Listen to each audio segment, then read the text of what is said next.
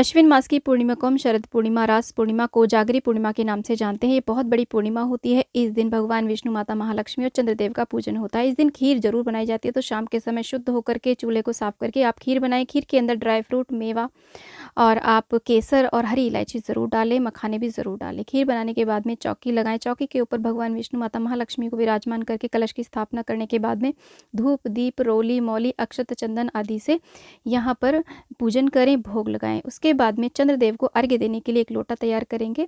तो लोटा आप चांदी का ले सकते हैं, चांदी का लोटा नहीं है तो आप स्टील का भी ले सकते हैं। उसके अंदर आप थोड़ा सा कच्चा दूध, सफ़ेद चंदन, सफ़ेद नहीं तो पीला चंदन, थोड़े से अक्षत और कोई भी सफ़ेद मिठाई आप डाल दें। थोड़ी सी खीर भी डाल सकते हैं, मिश्री या बताशा।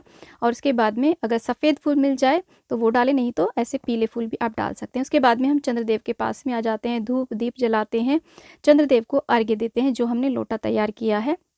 इस प्रकार से अर्घ्य देने के बाद में आरती कर लेंगे और चंद्रदेव को भोग लगाएंगे।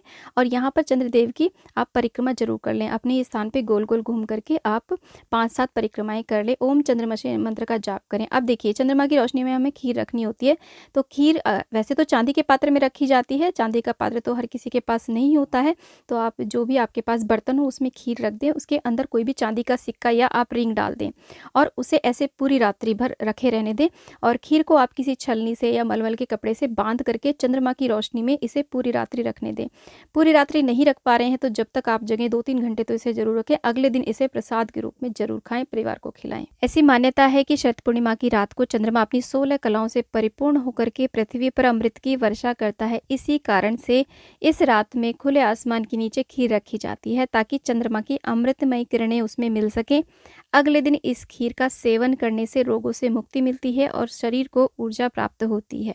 शरद पूर्णिमा की रात देवी लक्ष्मी पृथ्वी पर भ्रमण करती हैं और यह देखती हैं कि कौन कौन जाग रहा है। जो लोग इस रात में जाग करके माता की पूजा करते हैं उन पर देवी लक्ष्मी की कृपा प्राप्त होती है। घर में धन समृद्धि आती है, अन्न धन की बरकत होती है। इसी कारण से इसे कोजागरी पूर्णिमा भी कहते हैं। इसे रास पूर्णिमा भी कहा जाता है। ऐसी मान्यता है कि भगवान श्री कृष्ण और गोपियां मिल करके पूरी रात्रि भर रास रचाते हैं, इसीलिए इसे रास पूर्णिमा के नाम से भी जाना जाता है।